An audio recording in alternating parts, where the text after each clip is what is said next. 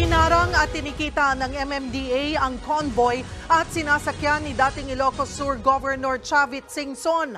Agad siyang nag-public apology, sabay pangakong magbibigay din daw ng reward money sa MMDA. Nasa frontline ng balitang yan, si Gerard. Okay, maganda yung balita, ganda ng labas. Pero tingnan natin yung video, yung mismong video. Alam mo, nalaglag ako sa upuan eh. Hindi dahil kay Chavit Singson eh. Maganda ginawa ni Chavit eh. Nag-sorry siya eh.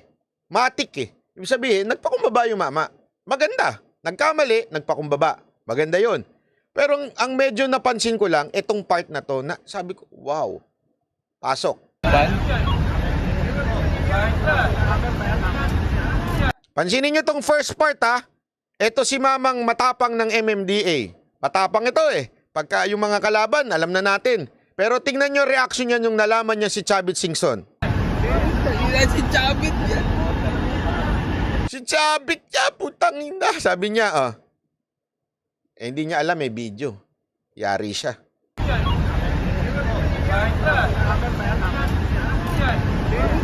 Si Chavit yan.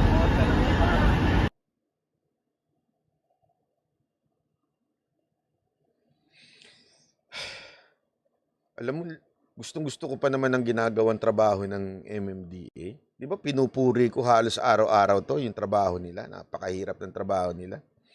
Pero nung nalamang si Chavit na, grabe. Ba't parang siya pang natakot? Sa bagay, kung walang video yan, naku po, nayari na.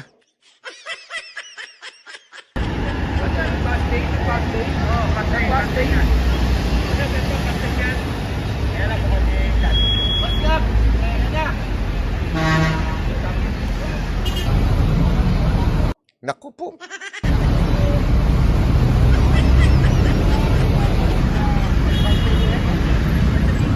Baka akala mo, yan lang. There's more. Panoorin pa natin.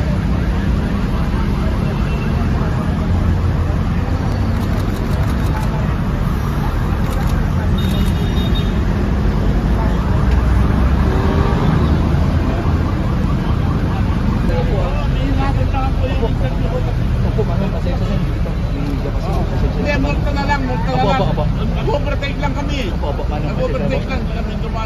Paano pasensya na po? Overtake lang. Apo. Anyway, multa na. Pasensya na mano. Ako eh. Ayan.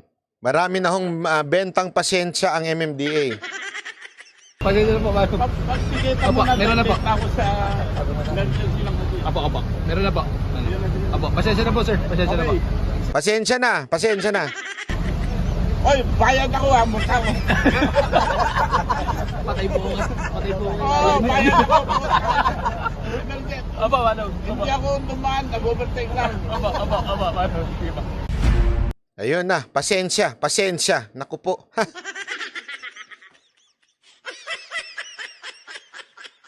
MMDA! Pinagtatanggol ko pa naman kayo araw-araw.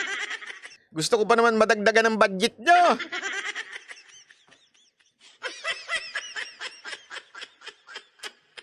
Tropang-tropa.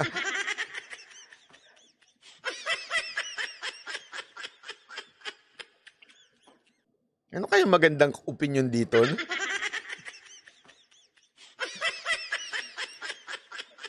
Naawa lang kasi ako eh. I mean, ayos sana eh. Alam mo, wala akong problema kay Chavit eh. Nag-ano siya, umamin naman siya. Nagpaka-humble pa nga siya. Actually, sabi niya, hindi, tikita nyo lang ako. Okay, hindi arrogante si si Governor Chavit Singson. Wala siyang actually former Governor Chavit eh. Maayos eh. Maganda yung pakikipag-usap niya, hindi siya arrogante. Nagtaka lang ako, bakit parang ganon ka, pagka motor, ang sisitahin, kulang na lang halos sigaw-sigawan eh. Di ba? I mean, this is the right way to do it. Yung dapat ang talagang mga MMDA, ang ating kapulisan, ang mga traffic enforcer ay magagalang. Ito yung tama. Tama yung ginawa ng MMDA. Kaya lang, hindi ho sa lahat tama. Sa piling tao lang. Yun ang problema ko. Di ba ho? Sana ho, yung kung sino man yung head ng MMDA, nakalimutan ko na ho yung pangalan nun, yung, hindi yung head, yung ano, yung pumapara na yun. Lagi ko kasi napapanood yun eh. Okay yung ganyang klaseng treatment. Gawin lang po natin sa lahat. Sa lahat po, pati sa mga nagmumotor, kahit mukhang jologs yung mga nagmumotor, kahit nakatsinelas. Minsan kasi may mga ganun talaga eh. Kahit kamote, minsan talaga may mga kamote rin na nakakainis. Gawin na lang din ho natin yan. Para pantay-pantay. Ika nga, pantay-pantay ho yung treatment. Kung kaya natin i-treat ng ganyan si Chavit Singson, i-treat din ho natin yung iba nating mga motorista ng ganyan. Di ba ho? Para lang hindi ho tayo mapuna na isipin ng iba, grabe naman, porket si Chavit, kulang na lang lumuhod eh. Pasensya na ho, sir. Nahuli ko, hindi ko alam lang namin ikaw yan, hindi ko na sinita yan. Diba? Sana oil Chavit treatment. Oo nga eh.